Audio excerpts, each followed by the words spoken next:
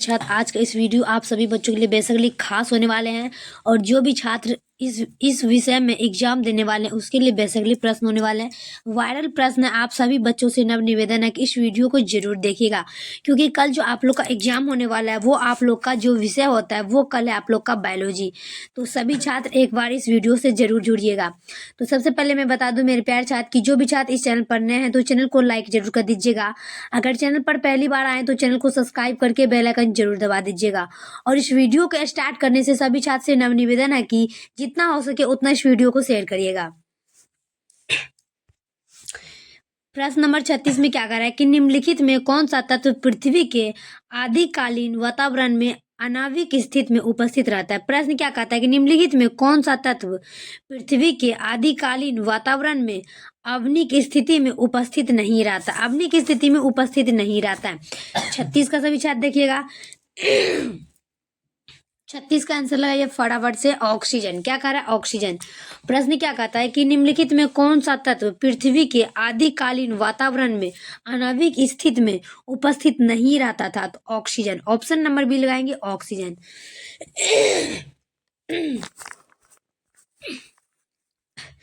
चलिए अगला देख लेते हैं क्या कर रहा है कि निम्न में से कौन सी घटना जैव विकास में डार्विन के सिद्धांत के समर्थन करती। अब देखिए प्रश्न यहाँ पर क्या कह रहा है कि प्रश्न का टॉपिक भी अलग अलग आता है कि निम्न में से कौन सी घटना जैव विकास में डार्विन के सिद्धांत का समर्थन करती है, सिद्धांत का समर्थन करती है। सभी छात्र देखिएगा कि डार्विन के सिद्धांत का समर्थन करती है। 37 का सभी छात्र देख लीजिएगा और 37 का फटाफट से टिक लगाइएगा। पीरकनाशी प्रतिरोधक कीटों की प्रचुरता। देखिए प्रश्न क्या कहता है कि निम्न में से कौन सी घटना जैव विकास में डार्विन के सिद्धांत का समर्थन करती है? तो पीरकनाशी प्रतिरोधक कीटों की प्रचुरता। ऑप्शन नंबर सी लगाएं। चलिए अगला देख लेंगे हम 38 में कि मुर्दे को दफन करने एवं धर्म के प्रणाम सर्वप्रथम किस जीव से मिलते हैं। अब देखिए यहाँ पर क्या बात किया जाता है मुर्दे कि मुर्दे को दफन करने एवं धर्म के प्रमाण सर्वप्रथम किस जीवाश्म से मिलते हैं, सर्वप्रथम किस जीवाश्म में मिलते हैं। सभी छात्र देख लीजिएगा और 38 का फटाफट से टिक लगाना है। क्या कह रहा है प्रश्न कि मुर्दे को दफन करने एवं धर्म के प्रमाण सर्वप्रथम किस जीवाश्म से मिलते हैं। 38 का आंसर हो जाएगा नियडर स्थल। क्या होगा? नियडर स्थल। ऑप्शन नंबर ए लगाइएगा। क्या कह रहा है मुर्दे को दफन करने एवं धर्म के प्रमाण सर्वप्रथम किस जीवाश्म से मिलते हैं? तो नियडर स्थल। ऑप्शन नंबर ए लगाएंगे। चलिए अगला का हम बात कर लेते हैं। हम क्या कर रहा है प्रश्न 39 में कि औद्योगिक प्रश्न क्या कहता है कि औद्योगिक मिलेजिन्स की घटना दर्शाती है, औद्योगिक मिलेजिन्स की घटना दर्शाती है। सभी छात्र देखिएगा औद्योगिक मिलेनिज्म की घटना दर्शाती है। 39 का आंसर लगाएंगे प्राकृतिक वर्ण। क्या कर रहा है? प्राकृतिक वर्ण। तो इसका आंसर लगाना है ऑप्शन नंबर सी में, प्राकृतिक वर्ण में। अगला का बात कर लेते हैं हम 40 में कि ड्रेवन की फिंच एक अच्छा उदाहरण है। सभी छात्र देख लीजिएगा कि ड्रेवन की फिंच एक अच्छी उदाहरण है। सभी मेरे प्यारे छात्र देख लीजिए कि ड्रेवन की फिंच एक अच्छी उदाहरण है। और 40 का आंसर क्या हो जाएगा कि अनुकूली विकरण। क्या होगा? अनुकूली विकरण। प्रश्न क्या कहता है कि ड्रेवन की फिंच एक अच्छा उदाहरण है, तो अनुकूली विकरण। ऑप्शन नंबर सी लगाएंगे, अनुकूली विकरण। चलिए अगला का बात करेंगे हम 41 में। 41 का प्रश्न क्या कहता है कि मिलर यूरे प्रयोग में किस गैस का मिश्रण फ्लास्क में लिया गया था। क्या कह रहा है प्रश्न कि मिलर यूरे प्रयोग में किस गैस का मिश्रण फ्लास्क में लिया गया था। सभी छात्र देख लीजिएगा एक बार प्रश्न को। और तो मैं बता दूं मेरे प्यारे छात्र के कल जो एग्जाम होने वाला है 12th वाले का, तो उनका जो होता है कल जो चैप्टर है वो चैप्टर है बायोलॉजी का। कल आप लोग का बायोलॉजी का एग्जाम होने वाला है, तो बायोलॉजी का एग्जाम होने वाला है तो आप लोग इस प्रश्न को जरूर पढ़ के जाइएगा। क्या कर रहा है कि मिलर यूरे प्रयोग में किस गैस का मिश्रण फ्लास्क में लिया गया था। तो 41 का हो जाएगा मीथेन, अमोनिया, हाइड्रोजन तथा जल वाष्प। क्या कह रहा है कि मिलर यूरे प्रयोग में किस गैस का मिश्रण फ्लास्क में लिया गया था। तो मीथेन, अमोनियम, हाइड्रोजन तथा जल वाष्प। ऑप्शन नंबर बी लगाएंगे। चलिए अगला का हम बात कर लेते हैं 42 में कि मिलर यूरे प्रयोग द्वारा प्रमुख रूप से कौन सा अमीनो अम्ल तैयार किया जाता है। अब देखिए यहाँ पर बात किया जाता है अमीनो अम्ल तैयार किया जाता है कि मिलर यूरे प्रयोग द्वारा प्रमुख रूप से कौन सा अमीनो अम्ल तैयार किया जाता है। सभी छात्र देख लीजिएगा कि कौन सा अमीनो अम्ल तैयार किया जाता है। तो हो जाएगा एलानिन ग्लाइसिन। क्या होगा? Alanine glycine. प्रश्न क्या कहता है देख लीजिए कि मिलर यूरे प्रयोग द्वारा प्रमुख रूप से कौन सा अमीनो अम्ल तैयार किया जाता था। तो हो जाएगा एलिनिन ग्लाइसिन, क्या होगा? Alanine glycine, option number C लगाएंगे। चलिए 43 में कि माइक्रोस्फीयर्स नाम किसे दिया गया था। अब देखिए यहाँ पर बात किया जाता है कि माइक्रोस्फीयर्स नाम किसने दिया था। सभी छात्र देख लीजिएगा कि माइक्रोस्फीयर्स नाम किसने दिया था। 43 का सभी छात्र देखिएगा और 43 का आंसर हो जाएगा सिडनी फॉक्स। प्रश्न क्या कहता है कि माइक्रोस्फीयर्स नाम किसने दिया था, तो सिडनी फॉक्स ने। किसने दिया था? सिडनी फॉक्स ने। ऑप्शन नंबर ए लगाएंगे, सिडनी फॉक्स। चलिए अगला देख लेंगे हम 44 में कि निम्नलिखित में से किसे स्तनधारी एवं स्वर्ण काल कहते हैं। अब देखिए यहाँ पर प्रश्न क्या कर रहा है कि निम्नलिखित में से किसे स्तनधारी तथा स्वर्ण काल कहते हैं। सभी मेरे प्यार से देख लीजिएगा स्तनधारी और स्वर्ण काल किन्हें कहते हैं। तो 44 का हो जाएगा सीनोजोइक एरा। क्या होगा? Cenozoic era. प्रश्न क्या कहता है कि निम्नलिखित में से किसे स्तनधारी का स्वर्ण काल कहते हैं, तो हो जाएगा जीनोएका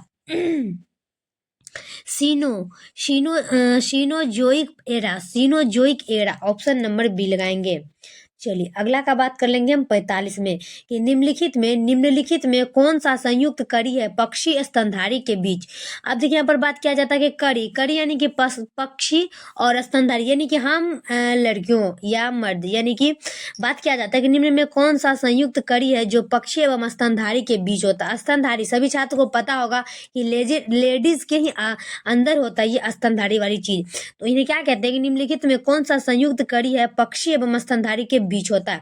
तो 45 का देख लेना और 45 का आंसर होगा ऑकड़ी यूरोपेटिक्स। क्या होगा? ऑकड़ी यूरोपेटिक्स, ऑप्शन नंबर बी लगाएंगे 45 का। चलिए 46 में कि निम्नलिखित में कौन सा समजात अंग। अब यहाँ पर बात किया जाता है कि निम्नलिखित में कौन सा समजात अंग है। सभी छात्र देख लीजिएगा कि निम्नलिखित में कौन सा समजात अंग है। इसका हो जाएगा बेगेनोविलिया। क्या होगा? बेगेनोविलिया। प्रश्न क्या कहता है कि निम्नलिखित में कौन सा समजात अंग है, तो बेगेनविलिया, ऑप्शन नंबर ए लगाएंगे, बेगेनविलिया। चलिए अगला का बात कर लेंगे हम 47 में। निम्नलिखित में कौन सा समरूप अंग के उदाहरण है। अब देखिए यहाँ पर बात किया जाता है समरूप का अंग का उदाहरण। प्रश्न क्या कहता है कि निम्नलिखित में कौन सा समरूप अंग का उदाहरण है। सभी छात्र देखिएगा कि कौन सा समरूप अंग का उदाहरण है। सभी छात्र देखिएगा और 47 का फटाफट से टिक लगाना है। क्या हो जाएगा? 47 का आंसर हो जाएगा सी, कीट एवं कबूतर के पंख। क्या होगा? कीट एवं कबूतर के पंख। प्रश्न क्या कहता है कि निम्नलिखित में कौन सा समरूप अंग के उदाहरण है, तो कीट एवं कबूतर के पंख, ऑप्शन नंबर सी लगाएं।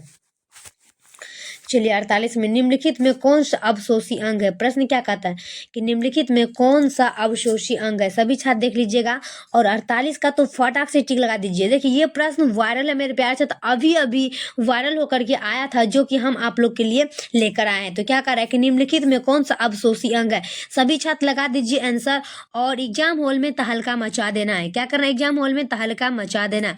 अपेंडिक्स। क्या होगा? अपेंडिक्स। प्रश्न क्या कहता है कि निम्नलिखित में कौन सा अवशोषी अंग है, तो वो हो जाएगा अपेंडिक्स, ऑप्शन नंबर सी लगाएंगे। ये सब प्रश्न पूछेंगे तो घबराना नहीं है। अगर पूछ दिया निम्नलिखित में कौन सा अवशोषी अंग है, तो डिक्लियर लगा देना अपेंडिक्स में, ऑप्शन नंबर बी लगाना है।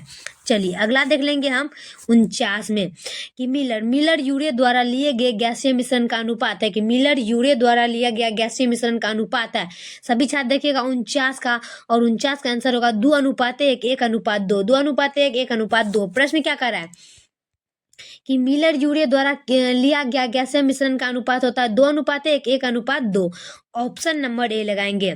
चलिए मेरे प्यार छात्र अगला का बात कर लेंगे हम 50 में। 50 में क्या कर रहा है, सभी मेरे प्यार छात्र देख लीजिए कि चार्ल्स डार्विन द्वारा प्रयुक्त जहाज का नाम क्या था। अब देखिए यहाँ पर बात किया जाता है चार्ल्स डार्विन जहाज का नाम क्या था। सभी मेरे प्यार छात्र देखिएगा 50 में कि चार्ल्स डार्विन जहाज का नाम क्या था।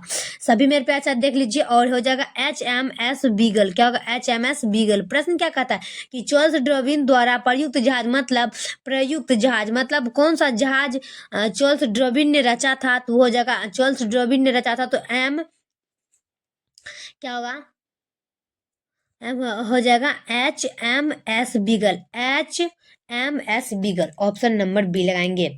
चलिए अगला देख लेंगे हम 51 में, कौन सा मत व्यक्तिगत जातिवृत्ति एवं पुनरावृत्त करता है। अब देखिए यहाँ पर बात किया जाता है जातिवृत्ति व्यक्तिवृत्ति, यानी कि देखिए व्यक्तिगत और जातिवृत्ति की पुनरावृत्त क्या करता है। सभी मेरे पे अच्छा देखिए कि कौन सा मत व्यक्तिगत और जातिवृत्त की पुनरावृत्त करता है, तो पुनरावृत्त करता है, तो इसका आंसर होगा पुनरावृत्त सिद्धांत। क्या होगा? पुनरावृत्त सिद्धांत। प्रश्न क्या कहता है समझिए कि कौन सा मत व्यक्तिगत जातिगत की पुनरावृत्त करता है, तो पुनरावृत्त सिद्धांत। ऑप्शन नंबर सी लगाएंगे, पुनरावृत्त सिद्धांत।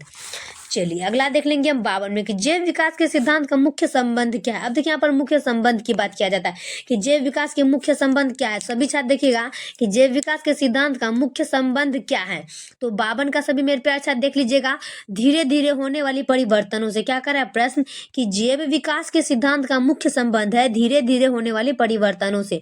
ऑप्शन नंबर सी लगाएंगे। चलिए 53 में कि जैव विकास की कौन सी परिभाषा उचित है। अब देखिए यहाँ पर बात किया जाता है कि जैव विकास की कौन सी परिभाषा उचित है। सभी मेरे प्यारे साथ देख लीजिएगा क्या कह रहा है कि जैव विकास की कौन सी परिभाषा उचित है। तो जैव विकास की किसी जाति का उन्नतिशील इतिहास। क्या कह रहा है? किसी जाति का उन्नतिशील इतिहास। प्रश्न क्या कहता है? जैव विकास की कौन सी भाषा उचित है, तो किसी जाति का उन्नतिशील इतिहास। ऑप्शन नंबर ए लगाएंगे। चलिए 54 में कि डार्विन किसके कार्य से अत्यधिक प्रभावित हुए। अब देखिए यहाँ पर बात हो जाए डार्विन किसके कार्य से अत्यधिक प्रभावित हुआ, यानी कि प्रसन्न हुए। तो क्या कह रहा है कि डार्विन किसके कार्य से अत्यधिक प्रसन्न हुए, प्रभावित हुए, मतलब प्रसन्न हुए, खुशी हुए। 54 का आंसर हो जाएगा मोल्थुलस। क्या होगा? मोल्थुलस। प्रश्न क्या कर रहा है कि डार्विन किसके कार्य से अत्यधिक प्रभावित हुए, तो मोल्थुलस। ऑप्शन नंबर ए लगाएंगे, मोल्थुलस। चलिए अगला का बात करेंगे 55 में कि जीवों का अनुकूलन होता है, कि जीवों का अनुकूलन होता है। 55 का हो जाएगा उपार्जित लक्षण। प्रश्न क्या कहता है? जीवों का अनुकूलन होता है उपार्जित लक्षण। प्रश्न देख लीजिए एक बार कि जीवों का अनुकूलन होता है उपार्जित लक्षण। ऑप्शन नंबर डी लगाएंगे, उपार्जित लक्षण। चलिए अगला देख लेंगे हम 56 में, आदि वातावरण में निम्नलिखित में से किसका अभाव है। आदि वातावरण में निम्नलिखित में किसका अभाव है। सभी मेरे प्यारे साथ देख लीजिएगा और कमेंट बॉक्स में जय माता सरस्वती लगाइएगा, क्योंकि 2 तारीख को सरस्वती पूजा है। तो आप लोग सभी छात्र से नव निवेदन है, एक बार हाथ जोड़ करके हाथ वाला इमोजी, प्रणाम वाला इमोजी आप लोग कमेंट बॉक्स में लगाइएगा कि आदि वातावरण में निम्नलिखित में से किसका अभाव था। 56 का देख लीजिएगा, ऑक्सीजन। क्या कर रहा है प्रश्न कि आदि वातावरण में निम्नलिखित में से किसका अभाव था, ऑक्सीजन का। ऑप्शन नंबर सी लगाएंगे, ऑक्सीजन। चलिए अगला देखेंगे हम 57 में, ब्रह्मांड। क्या कह रहा है कि ब्रह्मांडवाद के, एक मिनट शाला भागता है, कि ब्रह्मांडवाद के अनुसार पृथ्वी पर जीव अन्य ग्रहों से रूप किया आता है। क्या कह रहा है कि ब्रह्मांडवाद के अनुसार पृथ्वी पर जीव अन्य ग्रहों से किस रूप में आता है।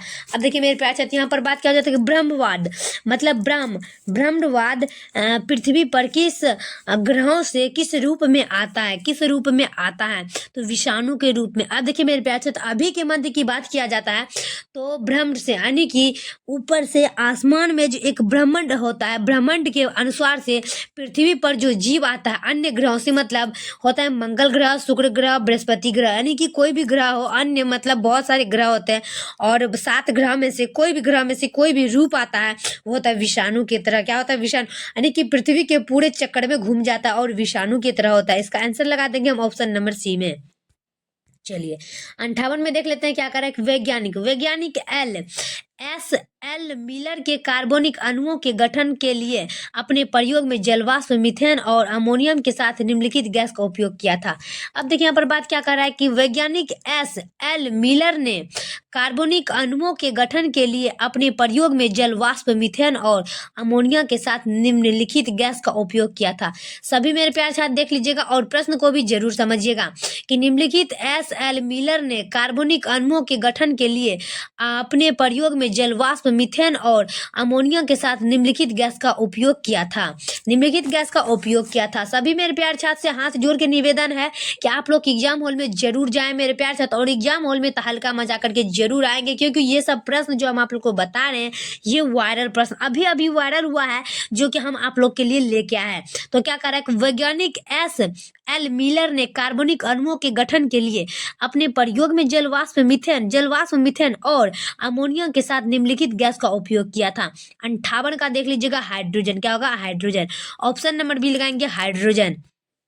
चलिए 59 में स्वतः जनन सिद्धांत, जिसमें जीवन की उत्पत्ति क्षयमान पदार्थों से माना गया था, को जीवाणुओं के संदर्भ में किसे खारिज किया गया था। अब देखिए यहाँ पर बात किया जाता है स्वतः जनन का सिद्धांत, जिसमें जीवन की उत्पत्ति क्षयमान पदार्थों से माना गया था, जीवाणुओं के संदर्भ में किसने खारिज किया था, जीवाणु के संदर्भ में किसने खारिज किया था। देखिए मेरे प्यारे छात्र, प्रश्न के माध्यम से आप लोग को तो पता ही चल गया होगा कि प्रश्न कौन सा है और कौन सा टॉपिक के अनुसार से आप लोग को प्रश्न पूछे जाएंगे। तो प्रश्न क्या कहता है, स्वतः जनन का सिद्धांत, जिसमें जीवन की उत्पत्ति क्षयमान पदार्थों से माना गया था, जीवाणुओं के संदर्भ में किसने खारिज किया।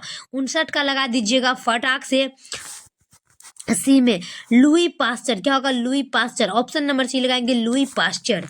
चलिए अगला देख लेंगे हम 60 में कि चार्ल्स डार्विन ने जिस जहाज पर अपनी समुद्री यात्रा की उसका नाम क्या था। अब देखिए यहाँ पर बात किया जाता है चार्ल्स डार्विन जहाज का भी बात किया था, तो हमें लगता है तो बीगल होगा। अगर आप लोग को पता है आप लोग कमेंट में जरूर लगाइए। देखिए मेरे प्यारे छात्र, हमें लग रहा है कि ये बीगल होगा। अगर आप लोग को कोई और आंसर पता है तो आप लोग कमेंट में जरूर लगाइएगा, क्योंकि ये प्रश्न हम पीछे बता चुके हैं और समझने वाला प्रश्न है कि चार्ल्स डार्विन ने जिस जहाज पर अपनी समुद्री यात्रा पूरा की थी उस जहाज का नाम है बीगल। क्या नाम है, बीगल। प्रश्न क्या कहता है समझिए कि समुद्री जहाज, मतलब चार्ल्स डार्विन ने जिस जहाज पर अपनी समुद्री यात्रा पूरा की उस जहाज का नाम क्या था, तो बीगल नाम था। ऑप्शन नंबर ए लगाएंगे, बीगल।